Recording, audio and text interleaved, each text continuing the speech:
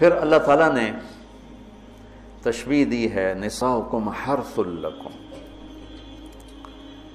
فاتوا حرثکم انا شئتم وقدموا لانفسکم، تمہاری بیوی تمہاری کھیتی ہے۔ کیا تشبیہ ہے خوبصورت دوسری، وہاں لباس یہاں کھیتی۔ میرا زمیندار گھرانے سے تعلق، لہذا بچپن سے کھیتی کو ہوتا بھی دیکھ رہے ہیں اور کیسے اس پہ جان لگتی وہ بھی دیکھ رہے ہیں۔ میں نے فزیکلی زندگی میں 4 مہینے زمیندارہ کروایا تھا 1984، یعنی پورے پروسیس سے گزرا، جیسے ایک مزدور کرتا ہے ایسے اپنے مزدوروں کے ساتھ مل کر۔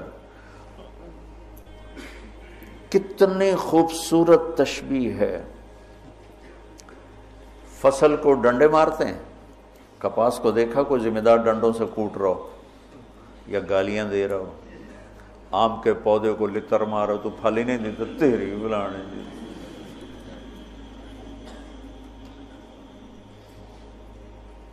کنو پہ پھل نہیں لگا تو ڈنڈا اٹھا کے چلا رہا ہو۔ فصل کو کتنے پیار سے پروان چڑھاتے، جس وقت میں فصل کی جو ضرورت ہوتی ہے کس طرح مہیا کرتے ہیں۔ میں نے وہ 4 مہینے ذمہ دارہ کیوں کیا؟ پچھلے 3 سال ہماری فصلیں سب فیل ہو گئی اور قرضے یہاں تک چڑھ گئے۔ ہمارے پاس کوئی جمع پونجی تاجروں کی طرح تو ہوتی نہیں، یہاں تک چڑھ گئے۔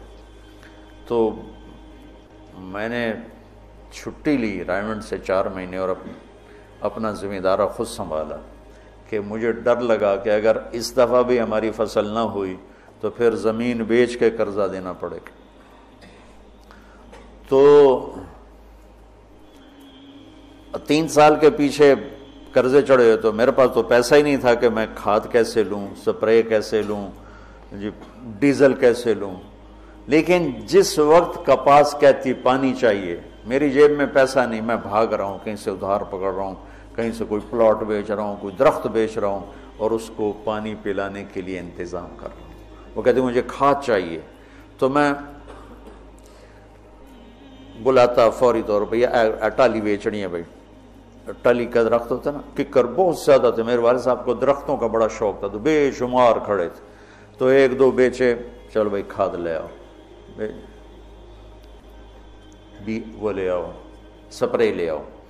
میں نے کسی جگہ یہ نہیں کہا کہ میرے پاس پیسے نہیں تو میں کھاد کیسے لوں، میں سپرے کیسے کروں، نہیں کرتا، نہیں۔ جو میری کپاس نے مانگا میں اس کو دیتا رہا، میں اس کو دیتا رہا، میں اس کو دیتا رہا۔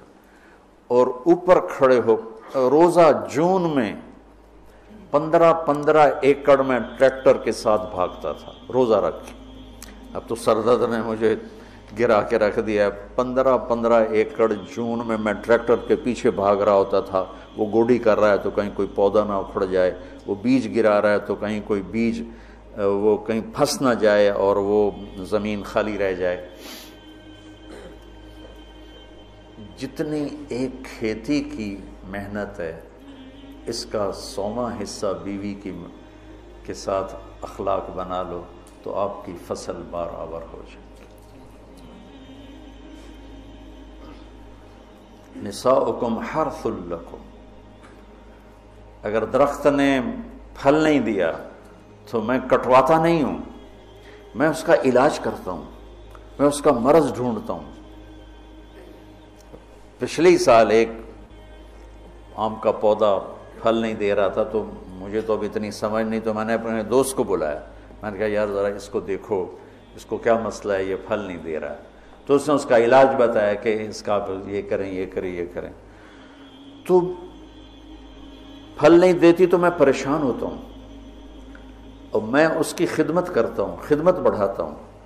اب اس کو آپ رشتوں پہ اس رشتے پر فٹ کرتے جاؤ کہ بھائی تمہاری بیوی بہت بدتمیز ہے، تو سمجھو درخت ہے، پھل کوئی نہیں۔ تو اب وہ پانی مانگے تم پانی دو، وہ محبت مانگے تم محبت دو، وہ روٹی مانگے تم روٹی دو، وہ لباس مانگے تم لباس دو۔ چونکہ محبت ایک اتنا بڑا جادو ہے کہ ساری دنیا کے جادوؤں کا توڑ موجود ہے، محبت کے جادو کا توڑ کوئی نہیں۔ بادن ہوا کا صبرت ام لم تصبرا وبکاک ان لم یجر دمعک او جرا امر الفؤاد لسانہ وجفونہ فکتمنہ وکفا بجسمک مخبرا۔ محبت کا جادو سر چڑھ کے بولتا ہے۔ پھر کوئی کھیتی ایسی نہیں جس میں گندی جھاڑیاں نہ پیدا ہوتی، دنیا بھر میں پھر کے دیکھ لیا ہے، بڑے بڑے فارم دیکھ لی، کوئی کھیتی ایسی نہیں ہے جس میں گندی جھاڑی نہ پیدا ہوتی ہو، کوئی خامند بیوی کا رشتہ ایسا نہیں ہے جس میں اونچ نیچ نہ ہوتی ہو۔ ہم فصل کو بچاتے ہیں اور گندی جھاڑیوں کو نکالتے ہیں، اور گندی جھاڑیاں خود پیدا ہوتی ہیں اور فصل کو پیدا کرنا پڑتا ہے۔ بد اخلاقی خود آئے گی، اخلاق کو بنانا پڑے گا، غصہ خود آئے گا، ضبط کو بنانا پڑے گا، زبان تیز خود ہوگی، اسے ٹھنڈا کرنا پڑے گا، طبیعت میں نفرت پیدا ہوگی، اسے محبت میں بدل۔ یہ سب گندی جھاڑیاں ہیں۔ خامند اور بیوی کھیتی سے تشبیہ ہے تو زمین کیا ہے؟ دل ہے، اور گندی جھاڑیاں کیا ہیں؟ تانے، بولیاں، نفرت، غصے، مار پٹائی، کبھی خامند کی طرف سے، کبھی لڑکی والوں کی طرف سے، کبھی لڑکے والوں کی طرف سے، کبھی سسرال کی طرف سے، کبھی ساس سسر کی طرف سے، کبھی بھائی بہنوں کی طرف سے۔ ایک بچہ بتا رہا تھا کہ میرا باپ میری ماں کو مارتا تو میرے چاچا بھی آ کے مارنا شروع کر دیتے، جن کنبختوں کا اس کے ساتھ کوئی رشتہ ہی کوئی نہیں، کہ وہ میری ماں کو مارتا میرا باپ تو میرے چاچا بھی آ کے ساتھ ہی اپنے بھائی کے میری ماں کو مارنا شروع کر دیتے تھے۔ یہیں کی کہانی سنا رہا۔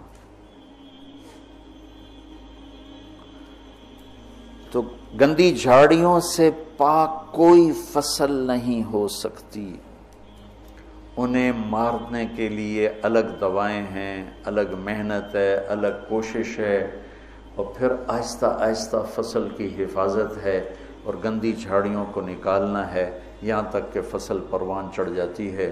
اسی طرح میرے بچوں، یہ غصہ، یہ نفرت، یہ بغض، یہ آپس کی عداوت، یہ وہ گندی جھاڑیاں ہیں، انہیں نکالنا پڑے گا۔ یہ زمین سے ہم بنے ہیں، ہمارے اندر گندگی خود جنم لیتی ہے، صفائی کو لانا پڑتا ہے، برائی خود جنم لیتی ہے، نیکی کو لانا پڑتا ہے۔ جیسے کپاس کو اگانا پڑتا ہے اور گندی جھاڑی کو مارنا پڑتا ہے، ہم مٹی سے بنے ہیں۔ مٹی کی خاصیت ہے کہ اس میں گندگی فَأَلْهَمَهَا فُجُورَهَا وَتَقْوَاهَا، فجور پہلے ذکر کیا، تقوی بعد میں ذکر کیا۔ میں اس سے یہ استنباط کرتا ہوں کہ ہمارے اندر برائی خود آئے گی، نیکی کو لانا پڑے گا، جھوٹ بولنا خود آئے گا، سچائی کو لانا پڑے گا، بخل خود آئے گا، سخاوت کو لانا پڑے گا، حرص و حوث خود آئے گا، ایثار کو لانا پڑے گا، نفرت خود آئے گی، محبت کو لانا پڑے گا، انتقام خود اٹھے گا، معاف کرنے کو لانا پڑے گا۔ یہ زندگی بھر کی زراعت کی محنت ہے۔ جاؤ کھیتوں میں جا کے دیکھو کہ ذمہ دار کیسے مٹی میں مٹی ہو رہا ہے اور کس طرح اپنی فصل کو اولاد کی طرح پروان چڑھا رہا ہے، اور کس طرح وہ اس میں سے گندی جھاڑیوں کو آرام سے نکال رہا ہے کہ پودا نہ ہل جائے۔ پودا، میں ہاتھوں سے 15 ایکڑ کے پلاٹ اپنے ہاتھوں سے جھاڑیاں کھینچتا تھا، وہ رمبے کھرپے سے نہیں کہ کہیں کپاس کا پودا متاثر نہ ہو جائے۔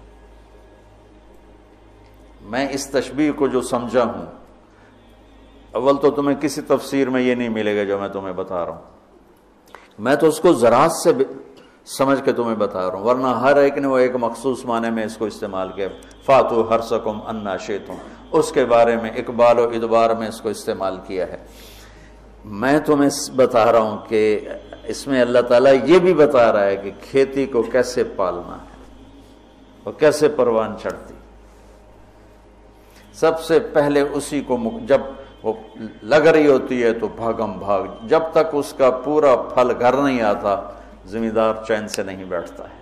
تو جب تک ایمان پہ خاتمہ نہیں ہو جاتا، اس رشتے کی حفاظت، اس کو پانی دینا، اس کو کھاد دینا، اس میں سے گندی جھاڑیوں کو نکالنا، غصے کو، حسد کو، بغض کو، لڑائیوں کو۔ جب اللہ تمہارے گھر بنا دے تو کانوں میں ڈانٹ ڈال دینا، کسی کی برائی نہ سننا، خاص طور پہ اپنی بیوی کی برائی نہ سننا، کسی کی نہ سنو لیکن بیوی کی نہ سنو۔ اور بیویوں ان سے کہتا ہوں کہ اپنے خامند کی برائی نہ سنو۔ اب بیویوں پر شک مت کرو، شک نے کتنے گھر برباد کر دیے، بگاڑ کے رکھ دیے، تباہ کر کے رکھ دیے۔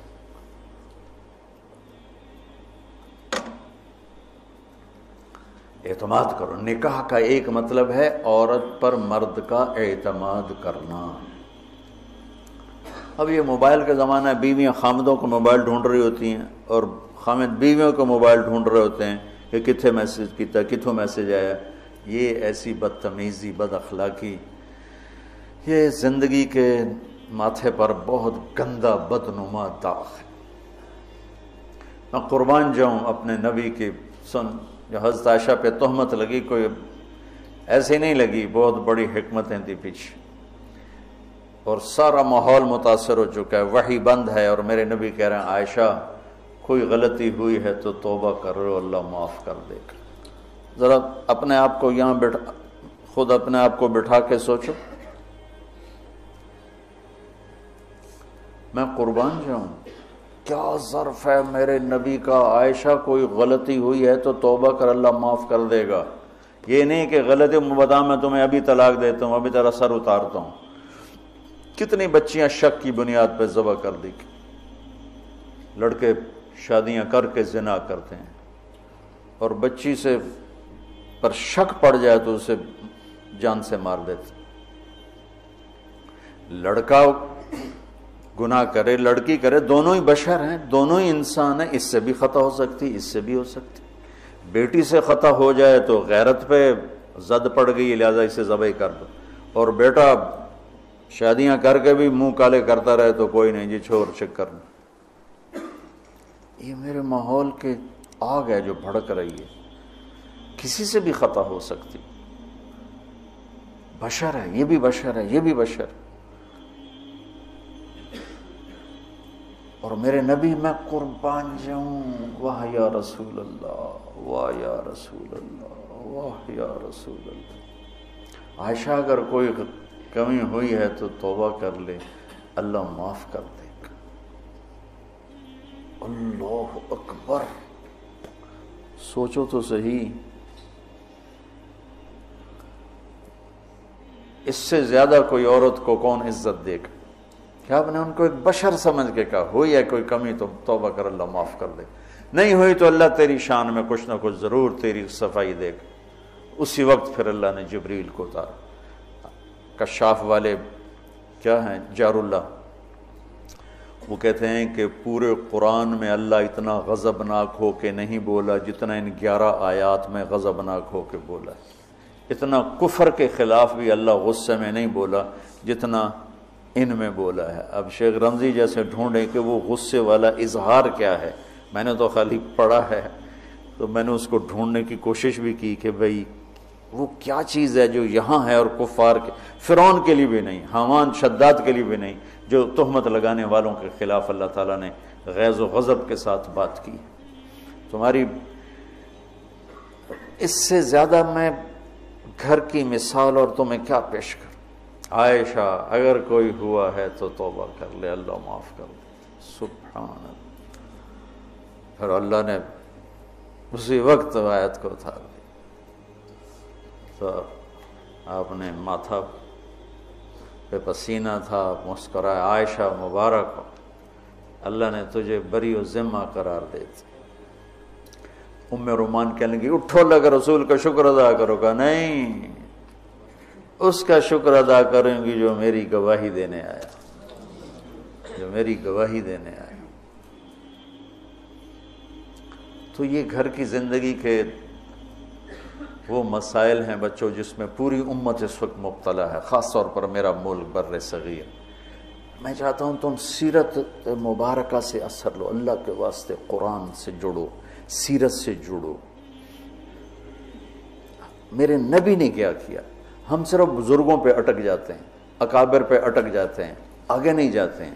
ہمارے اکابر ہمارا سرمایہ ہیں، ہمارے لیے عالم الہدا ہیں، روشنی کے مینار ہیں، ان سے استفادہ کے بغیر ہم جاہل ہیں، لیکن وہ بھی ہماری طرح انسان ہیں۔ نمونہ بننے کے لیے صرف میرے نبی کی ذات ہے، صرف میرے نبی کی ذات ہے، صرف میرے نبی کی ذات۔ سیرت سے جوڑو، قرآن سے جوڑو۔ پہلا نمبر قرآن ہے، دوسرا نمبر حدیث ہے، تیسرا نمبر فقہ ہے۔ ہم نے الٹا کر دیا، پہلے نمبر پہ فقہ کو لے گئے، دوسرے نمبر پر حدیث بھی فقہی انداز میں، اور قرآن تو جلالین پڑھ کے چھٹی ہو گئی، چلو۔